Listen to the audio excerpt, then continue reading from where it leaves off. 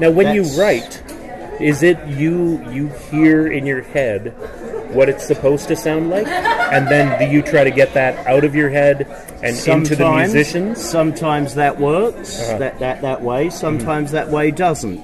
Sometimes it's completely different ways. The thrill and enjoyment of being in Public Image is that we have no rules for songwriting. Cool. On the new album, This Is Pill, we had no time to rehearse before we went into the recording studio. So most of the, what you would call musical research, was conversations on a tour bus. Okay. And those words and those storytelling and that sharing of experiences led to the structure of the songs. And they happened quite automatically because of that. Okay. Because we're all our hearts, we come from very different musical backgrounds, very different class backgrounds and social systems. Yes. But we meet in a really healthy place called honesty. Mm-hmm. Yeah, it's... And how do you get to that place? You have a Sex Pistol for starter.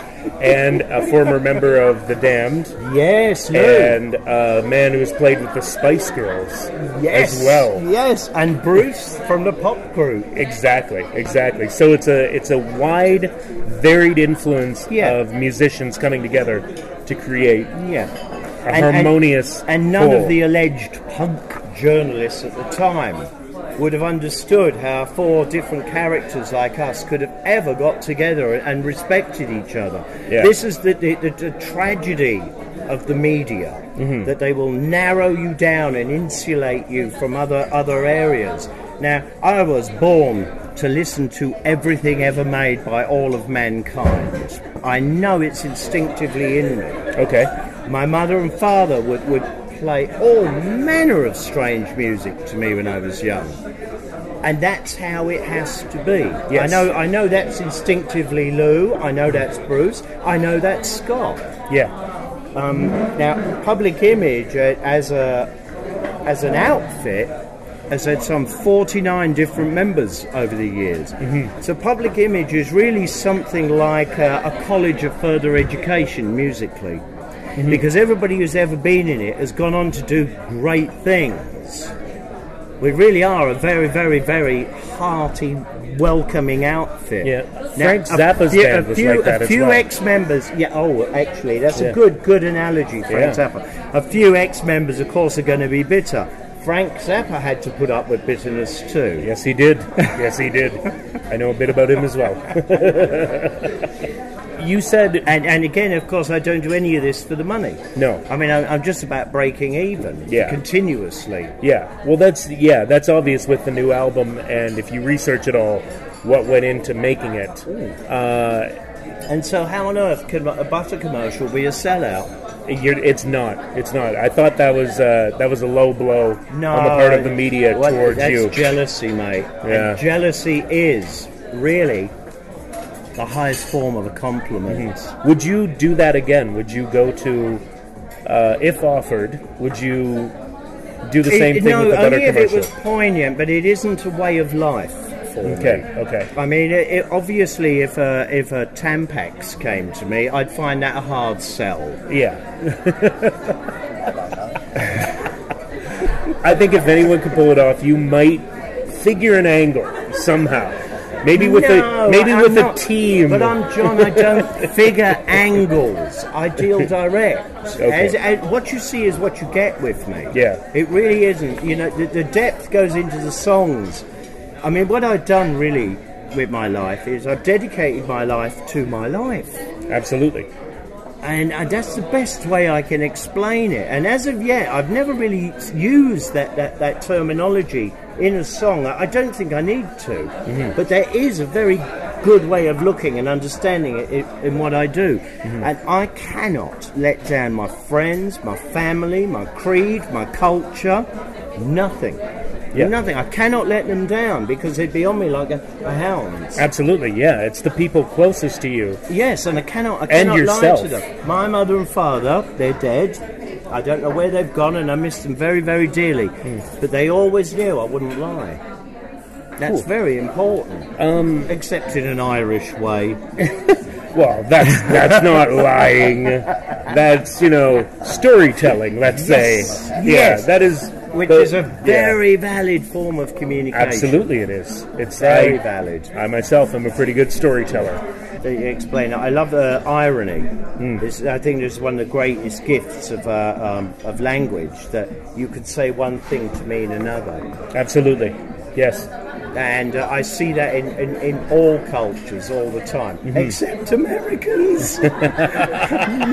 Americans do not have this. Some Americans do. Most Americans do not. I agree. Actually, they do as of late because of Jon Stewart and Stephen Colbert. That's true. You like that, eh? Yeah. Yes, I do. I do. The juxtaposition of events. Yes. The putting the humor into it gets your brain a serious thinking. thing. This is very vitally important. Okay. And I've used it is a tool of sorts. To what appears originally as offensive is actually not at all. No, not at all. It's completely to your benefit. Yes. And of course that's shock value, but there's more to it. Mm-hmm. Now it's a learning curve. Yeah. I mean, I had to learn when the nuns tried to beat the blue living daylights out of me because I was left-handed, which, according to Catholic tradition, was a sign of the devil. A sign from the future. So I view that as irony. You were mentioning about music before and how the attitude should be listen to everything all the time, come together in the middle. Never close your ears. Is there anything Don't right adopt now? Do not adopt a style of clothes or dressing that will alienate you from all those other things. And anyone or anything that tells you to live that kind of lifestyle is instantly your enemy. Is there anything because right now that you're excited? what they are doing is they're cornering you into buying their retail. Yeah, and that's not right. No, it's not. You shouldn't be tricked. You've got to find your own way. Absolutely. You should not be... it shouldn't be an attempt to trick people into liking something. It should come from the heart. Yes, sir. Is there anything musically you're listening to right now that's really turning you on, getting to you? No, because I'm on tour.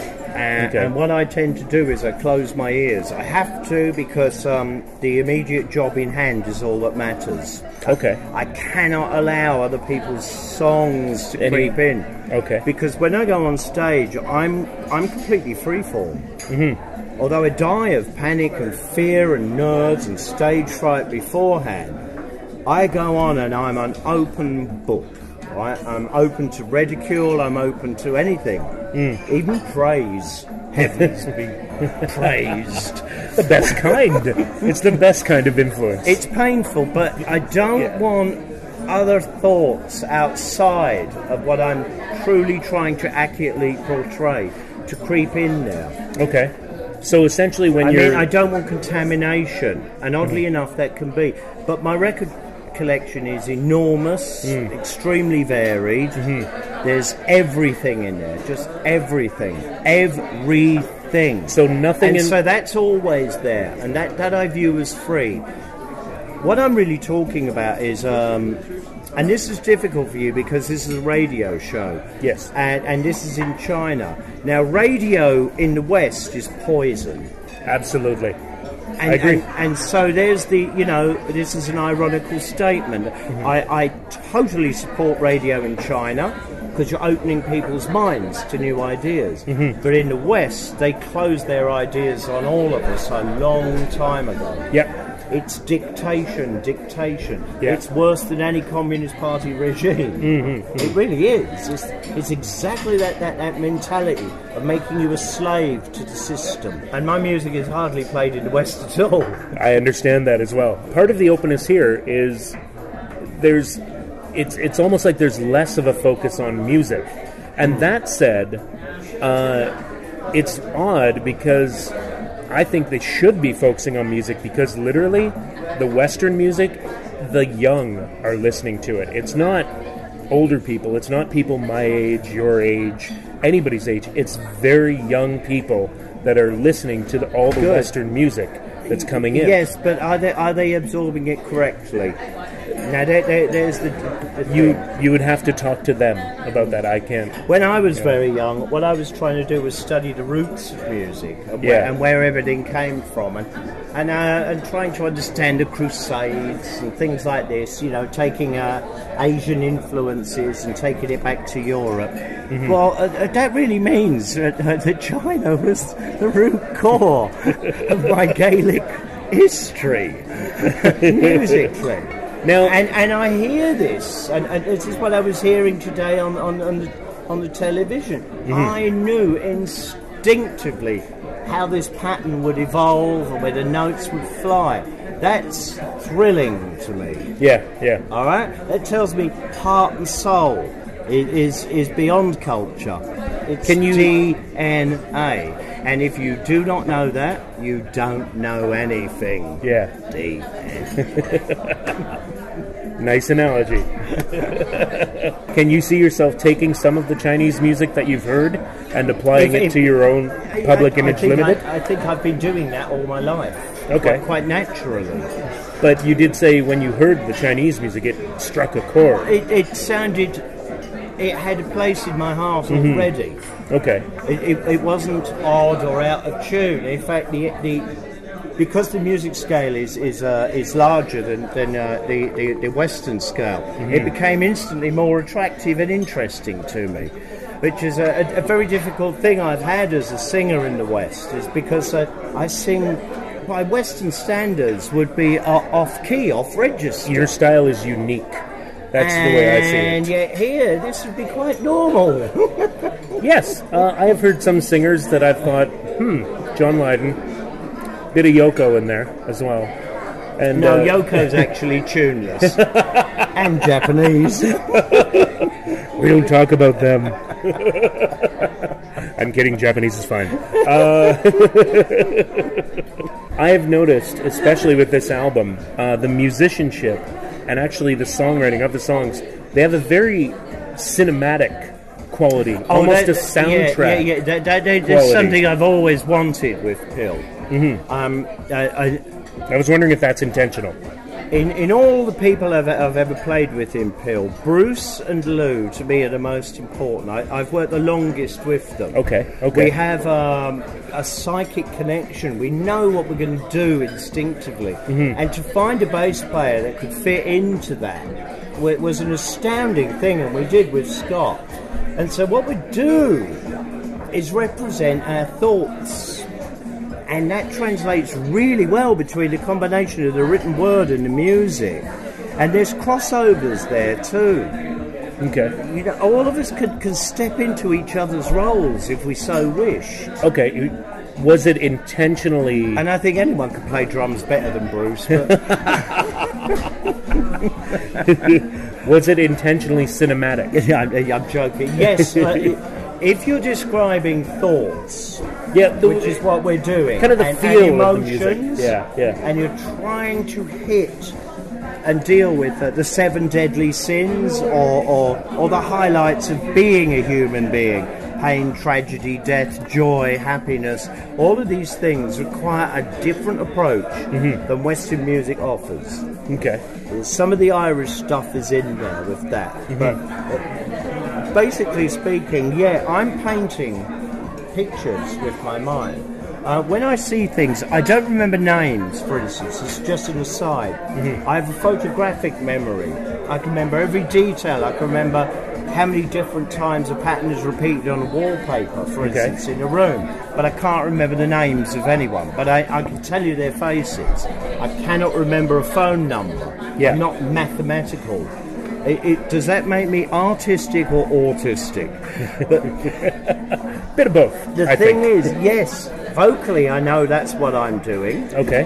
I know that's what Lou's doing on what we vaguely call a guitarist, which is Lou is so many other things besides.